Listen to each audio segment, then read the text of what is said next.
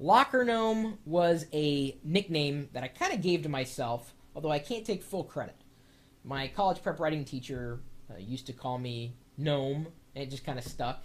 And then one day I was standing out by my locker, and I turned to my friend Dave, and I said, "Hey, I'm the Locker Gnome. It's my job to stand by lockers and say, hey, I'm the Locker Gnome." It's kind of recursive, which is humorous to me. That's how I got it, and it kind of stuck. I needed a handle at some point when I got online, and I just used that because I had nothing else. So, the reason why I'm bringing this up is, not only to discover, your handle, if you go by the same handle everywhere. We just recorded a video on where you can discover if your handle, your usual handle, is taken on a variety of social networks. So be sure to look for that on chris.pirillo.com or YouTube or geeks.pirillo.com or wherever it happens to be posted. Tuxedo Jericho, that's his handle, or his nickname, at least on the networks that I know him on, like geeks.pirillo.com. He has a top 5 list on how not to choose a handle, specifically related to a chat room handle where you're going to be interacting with people. But, this is likely applicable to any time you sign up for a website and you need to use some kind of nickname, some type of username. Said Chris, I recently witnessed on another network where someone joined a channel and asked how to access his sound card in Vista. The real funny thing was his nickname was the Best Techie. So that was the catalyst for this top 5 list on the don'ts for choosing a chat name. Number 1, choose a name that suits you. You must also make sure that when choosing a nickname that it's somewhat honest. If you call yourself Techie and you ask nothing but simple questions about a computer, you might want to choose a different name. If you are a techie, then you may want to consider getting a different job if you really don't know that much about the things that you want to know about yet. There. Number 2, it's better if your nickname is easy to spell and or say. When it's hard to say, people more than likely will shorten the name when they type or speak it. Even if you don't want this to happen, my main nickname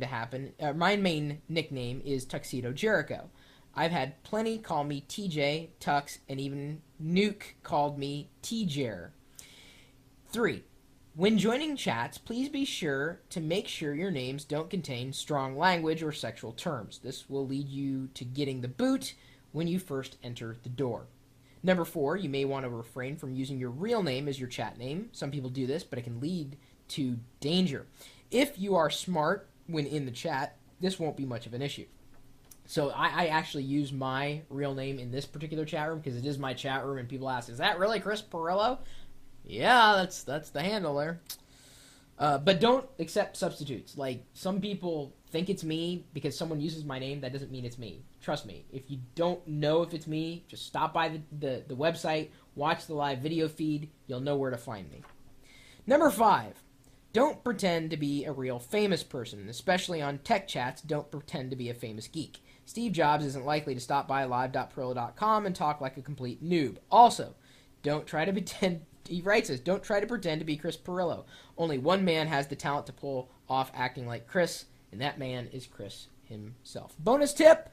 If you're going to choose a name of a famous character, be prepared to be asked by random noobs, are you really character name?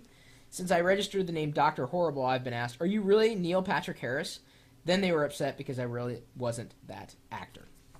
I would agree with the list of his tips here.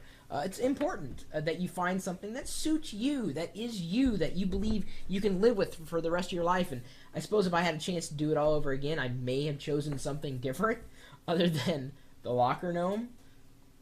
But for better or for worse, it's there. It's been with me since 1990-ish. It's a long time to live with an... Holy cow, that's almost 2 decades! Huh. I just realized that. Oh. My email address, which I haven't had for that long, is chris@pirillo.com or chris@lockergnome.com.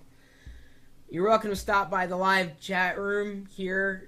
It's part of the live video feed, and now my mind is completely gone. I can't believe it. 2 decades.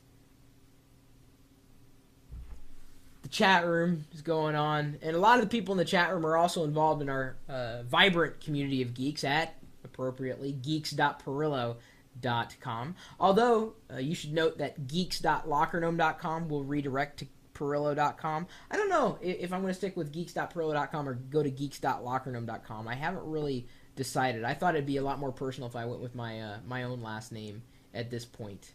We'll see how that goes and grows over time.